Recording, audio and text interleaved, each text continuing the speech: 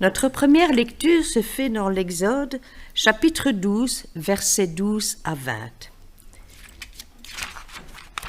L'Éternel dit à Moïse et à Aaron en Égypte, « Cette nuit-là, je parcourrai l'Égypte et je tuerai tous les premiers-nés du pays, hommes ou animaux. Je mettrai ainsi à exécution mes jugements contre tous les dieux de l'Égypte. Je suis l'Éternel. Pour vous, en revanche, le sang servira de signe sur les maisons où vous vous trouverez. Je verrai le sang et je passerai par-dessus vous. Il n'y aura pas de fléau qui vous détruise quand je frapperai l'Égypte. Vous rappellerez le souvenir de ce jour en le célébrant par une fête en l'honneur de l'Éternel. Cette célébration sera une prescription perpétuelle pour vous au fil des générations. Pendant 7 jours, vous mangerez des pains sans levain. Dès le premier jour, il n'y aura plus de levain dans vos maisons. En effet, toute personne qui mangera du pain levé du 1er au 7e jour sera exclue d'Israël. Le 1er jour, vous aurez une sainte assemblée, et le 7e jour aussi. On ne fera aucun travail ces jours-là. Vous pourrez seulement préparer la nourriture de chaque personne. Vous célébrerez la fête des pains sans levain, car c'est précisément ce jour-là que j'aurai fait sortir vos armées d'Égypte. Le respect de ce jour serait une prescription perpétuelle pour vous au fil des générations. Le 14e jour du 1er mois, le soir, vous mangerez des pains sans levain jusqu'au soir du 21e jour. Pendant 7 jours, on ne trouvera pas de levain dans vos maisons. En effet, toute personne qui mangera du pain levé sera exclue de l'assemblée d'Israël, qu'il s'agisse d'un étranger ou d'un Israélite. Vous ne mangerez pas de pain levé, dans tous vos foyers, vous mangerez des pains sans levain. Notre deuxième lecture se fait dans le premier épître aux Corinthiens, chapitre 5, versets 6b à 8. Ne savez-vous pas qu'un peu de levain fait lever toute la pâte ? Purifiez-vous donc du vieux levain, afin d'être une pâte nouvelle, puisque vous êtes sans levain. En effet, Christ, notre agneau pascal, a été sacrifié pour nous. Célébrons donc la fête, non avec du vieux levain, le levain du mal et de la méchanceté, mais avec les pains sans levain de la pureté et de la vérité. Amen. Alors donc je répète que ce n'est pas mon message, que c'est celui qui a été préparé par Emmanuel. Je vais essayer de faire de mon mieux pour vous le restituer. Quand on organise une grande fête, comme un mariage, il y a bien entendu toute une équipe qui s'affaire avant pour respecter un planning de préparation, de sorte que tout soit propre et beau, accueillant pour les réjouissances. Et malheureusement, après la fête, c'est moins agréable. Il faut à nouveau prévoir une équipe pour tout nettoyer et remettre les lieux en bon état. Dans le récit que nous allons voir aujourd'hui, le récit qui poursuit l'histoire de Moïse en Égypte, déjà commencé les dimanches précédents, nous allons voir une disposition particulière qui permet d'une certaine façon que la fête se poursuive en prenant garde à ne pas ternir ce qui a été préparé de beau. De façon imagée, c'est un peu comme si tous les participants y mettaient du leur pour éviter de salir les lieux et ainsi de pouvoir poursuivre la fête. Dans ce récit, on lit donc que la première fête a été suivie d'une seconde qui dura 7 jours. Nous avons visiblement un Dieu qui aime que nous soyons tout le temps en fête. Et je me faisais la réflexion que Dieu aime aussi faire des clins d'œil parce que dans ce lieu ici de culte où nous sommes rassemblés aujourd'hui, hier il y avait une fête de mariage et quand vous êtes arrivés, vous avez trouvé un lieu accueillant et nous pouvons continuer cette fête et glorifier Dieu. Regardons d'abord la fête de Pâques qui est décrite dans le début du chapitre 12 d'Exode. Le contexte est assez particulier. Après des contacts préliminaires entre Moïse et le pharaon d'Égypte, Dieu agit avec puissance en envoyant les plaies et les fléaux qui s'abattent sur le pays. Chacun des 9 premiers fléaux pourrait éventuellement s'expliquer par des phénomènes naturels. Toutefois, leur succession, l'ampleur des phénomènes et surtout le fait que le pays de Goshen, au milieu de l'Égypte, où vivaient les Hébreux, fut systématiquement épargné, indique sans le moindre doute qu'elles furent provoquées par un Dieu puissant. Or, malgré cela, le cœur du Pharaon s'endurcit, toujours plus, refusant de reconnaître la souveraineté du Dieu d'Israël. Certains prétendent que s'ils voient des signes miraculeux, ils croiront en Dieu. L'exemple de Pharaon, qui a été témoin d'événements miraculeux, montre que ce ne sont pas les miracles qui conduisent à reconnaître la suprématie de Dieu, mais un cœur humble. Devant un tel endurcissement qui s'opposait à toutes les évidences, Dieu s'apprêta à une dernière action décisive, en apportant jugement à l'Égypte et délivrance à son peuple. Cependant, avant d'agir, en envoyant l'ange du 10e fléau, le plus terrible jugement, et pour qu'Israël n'oublie jamais la délivrance qu'il s'apprêtait à recevoir, Dieu s'adressa à Moïse et à Aaron afin d'instituer pour le peuple le repas de Pâques. Chaque famille devait sacrifier un agneau. Cet agneau était symboliquement la substitution pour la vie sauve des enfants d'Israël, le sang de l'agneau contre le sang des Hébreux. Chaque famille devait prendre le sang de cet agneau pour en asperger les pourtours de la porte des maisons, de sorte à échapper à la 10e plaie, échapper à la mort. Quant à l'agneau, il était rôti pour être mangé lors du repas du soir, un repas cérémoniel assez particulier. Pour le peuple de Dieu, ce repas rappellera sans cesse la délivrance d'Égypte et la vie sauve. Dans la Bible, on retrouve la description de ce repas de Pâques à 7 reprises. 7 repas qui nous conduisent à la Pâque parfaite. Ces 7 repas permettent de créer un trait d'union entre la première et la dernière qui s'expliquent mutuellement. La première est ici en Exode 12 que nous venons de lire. La deuxième dans le désert en Nombre 9, la troisième à l'entrée du peuple en terre promise en Josué 5. La quatrième vient bien plus tard, à l'époque du roi Ézéchias, en 2 Chroniques 30. La cinquième se déroule un peu après, sous le règne de Josias, en 2 Chroniques 35. La sixième se déroule en Juda, après le retour d'exil. On le lit dans Esdras 6, 19. Et finalement, la 7e et dernière, et non la moindre, est la Pâque que Jésus a partagée avec ses disciples avant de se donner sur la croix. Alors notons que lors de cette dernière occasion, les évangiles ne parlent pas d'agneau sur la table.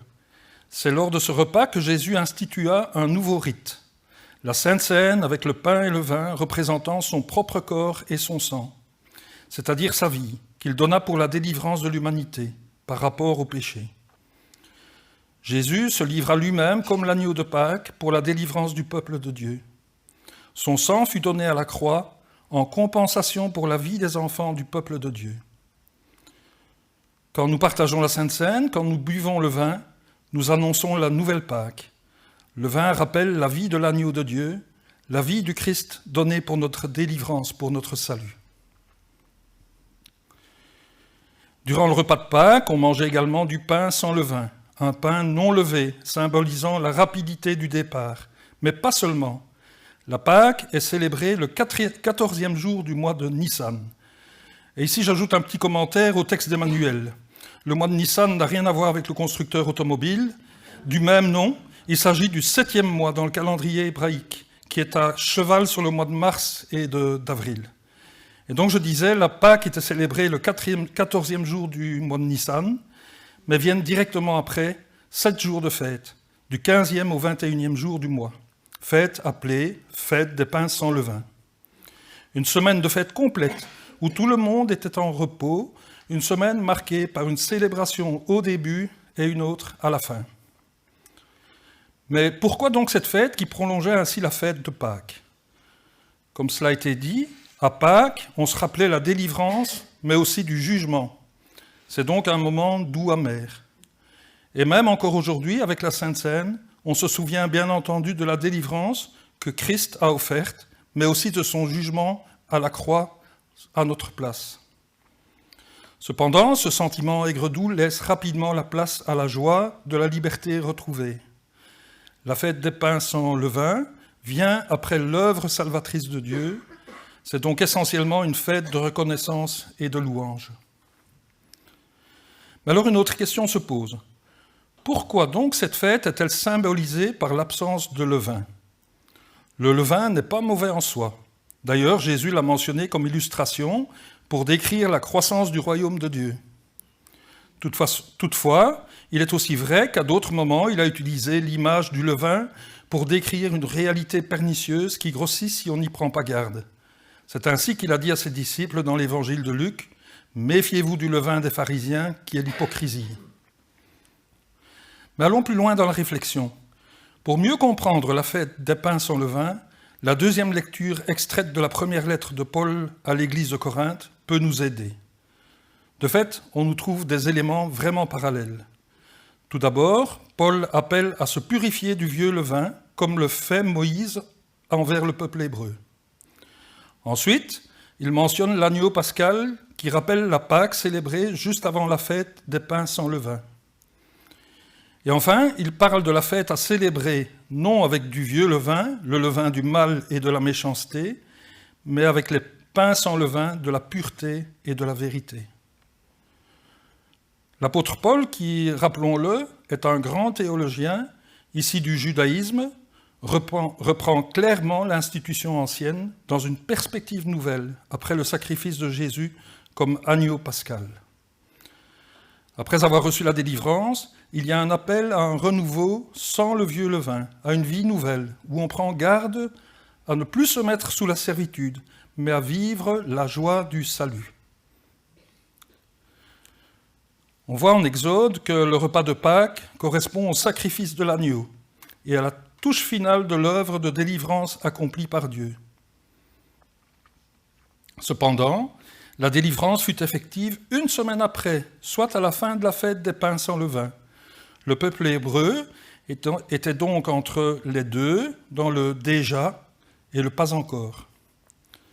Or, c'est aussi notre situation. Christ a donné sa vie pour notre délivrance. Plus rien ne s'oppose à un renouveau, c'est le déjà. Mais nous sommes toujours dans le pas encore, en route vers la concrétisation, vers le royaume promis. D'une certaine façon, la fête des pains sans levain récapitule le temps entre la sortie d'Égypte et l'entrée en terre promise. Et pour nous, elle préfigure le temps entre notre délivrance par le sacrifice du Christ et notre entrée dans la présence glorieuse de Dieu. Entre les deux, c'est non seulement un temps de fête pour célébrer, louer Dieu rédempteur, mais aussi un temps où on apprend à vivre une liberté nouvelle en renonçant au mauvais levain qui polluerait notre existence, qui menacerait notre liberté. Autrement dit, un temps où nous portons une attention particulière à notre sanctification. Et je conclus. À juste titre, les réformateurs protestants ont remis en évidence le salut par la grâce, surtout en partant des écrits de l'apôtre Paul. La fête Pâques, ancienne, préfigurait ce salut par grâce, par choix, par pur amour de Dieu. Mais cela ne doit pas nous faire oublier que la fête de Pâques était directement suivie par la fête des pains sans levain, une fête qui s'étalait sur une semaine et où la vigilance était de mise. Une semaine pour illustrer une période, un temps de vie entre l'œuvre salvatrice accomplie par Dieu et la pleine consommation de ce salut, de cette vie nouvelle. Utiliser l'absence de levain comme élément central illustratif de cette deuxième fête est particulièrement brillant. C'est une belle façon de représenter l'attention qui s'impose dans notre vie contre tout ce qui pourrait insidieusement nous voler notre liberté, contre le péché qui nous entoure.